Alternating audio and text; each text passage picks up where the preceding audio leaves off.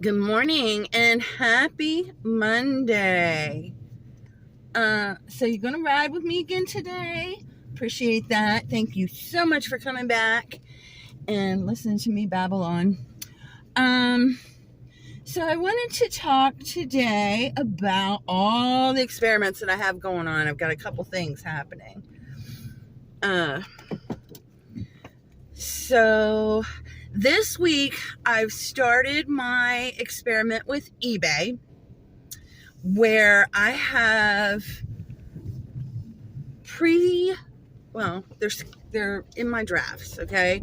So I've set up 5 listings every day, Monday through Saturday. All I have to do is go in and actually make it listed. But everything else is done. All the pictures, everything, all the weights for the shipping, they're ready to go. So we're going to see if that helps the algorithm boost my my items in my store to make better sales. Okay, to make more sales. And I had actually a pretty good weekend this weekend with eBay because I have been doing things. And I ran a sale. I didn't sell anything on sale though. I sold items for full price or offer prices, I think, a little bit of both. So that's good. It's coming along.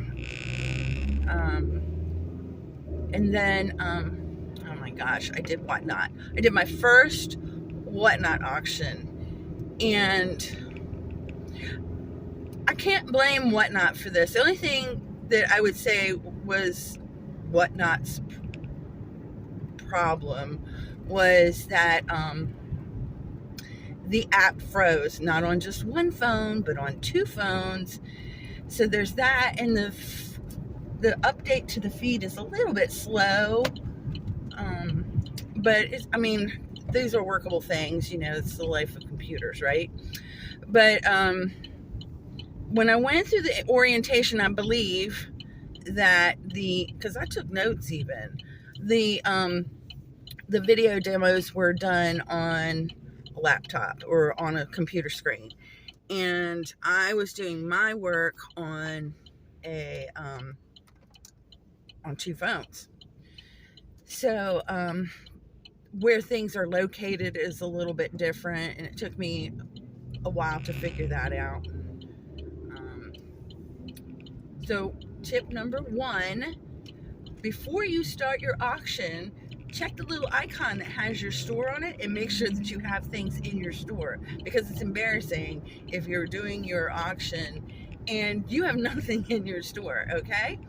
So yeah, that happened. But people were very kind and very nice, and I did pick up some followers, and I really, my expectation for the show wasn't high because I had never done it before.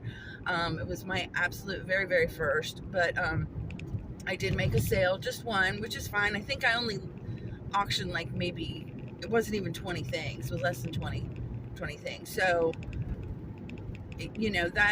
that's about as expected. And the time was a little bit of a weird time, which I did that on purpose, though, because it was my first time. I didn't want to go in there at prime shopping time and have all these people looking at me and thinking, oh, she's an idiot, you know what I mean? So I did do it I really wanted to do it a lot earlier than I did on a Sunday morning, right? But it ended up being closer to lunchtime by the time I got my act together and figured it all out. So, but I'm okay with it, and I know what to do the next time, which is great. So the process really is very simple. I was selling jewelry, and I did do measurements on the things like the necklaces and any bracelets that I could. It's good to know the sizes, because I bought, well, no, that's not true. Never mind. I bought some things one time that I didn't know the size of jewelry, and it didn't quite fit me right, like a ring. So, it's important to know the sizes of something that, if it matters, like a necklace or a bracelet or a ring, those kind of things. So I had all that in the little listing underneath, but you don't have to go through all the crazy listings information that you have with, say, eBay or Poshmark. You just put a little blurb in there, just something to satisfy the fields as you're entering the listing information.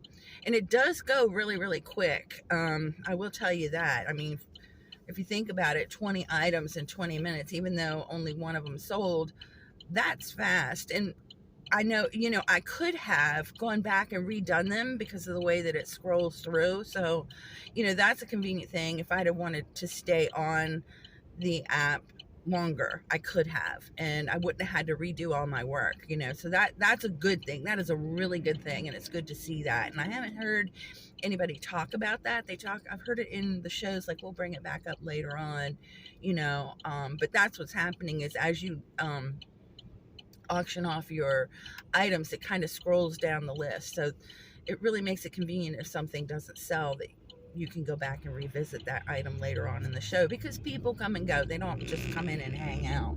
I mean, they could, but more than likely they're just hopping around. That's been my experience, and I do it too, so I get it.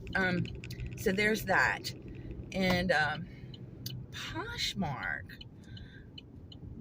I got a thing going on with Poshmark too. I haven't quite figured it completely out, but there's something I'm gonna call BS on something. So a lot of the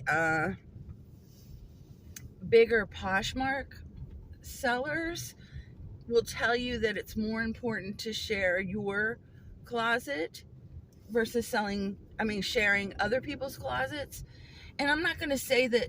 Maybe it is more important, okay? You've got to do something. You've got to go out there and do something and be active on the app. There's that. And you have to list just like any other platform. You've got to go in there and refresh your listings and get new things put in, that kind of stuff. So we know that, right? We know that. But I've heard so many people say that it's, they don't bother sharing other people's closets or, things from the feed or whatever. And I'm going to tell you, like, I think my closet's grown past the point where the 30-minute method works for me anymore. I think I've gotten past that. I've grown past that. Or maybe they figured out the algorithm and there's so many people doing it that it's just not effective anymore. I'm not really sure. But I do know that if I go in, and what I've been doing, okay, so I'll take like 5 minutes and I'll set a timer. I'll put a little short YouTube channel on or something. I'll do something so I don't get lost or so that I don't get bored. Well, it is kind of tedious, but just to keep me on track, and I know that I only have to do it for this amount of time. And I'll go through the feed and I'll just share to my followers, right? Share to my followers. So my thought is this, twofold. First of all, you're making Poshmark happy because you're doing something other outside of your own personal little circle. But there's that concept of you tell two friends and they tell two friends and they tell two friends, and it just kind of grows like that, sort of.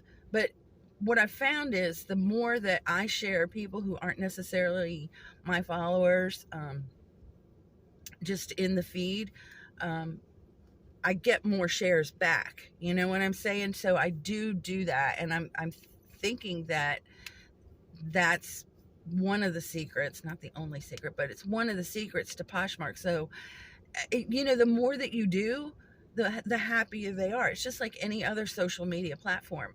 Poshmark isn't like eBay. It isn't like Mercari.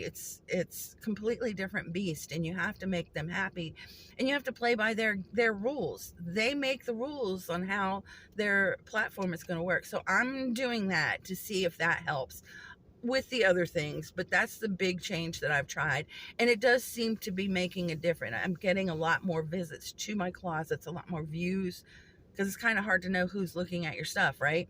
But I know that if they're sharing it, they've got to at least look at it for a second. So I am seeing some results with that. Anyway, that's my weekend. and the things that I've started for this week, and we'll see how things go. I hope you guys have a great Monday. Please don't forget to like and share, and I will, oh, and follow. Don't forget to follow too, and I'll talk to you later. Bye-bye.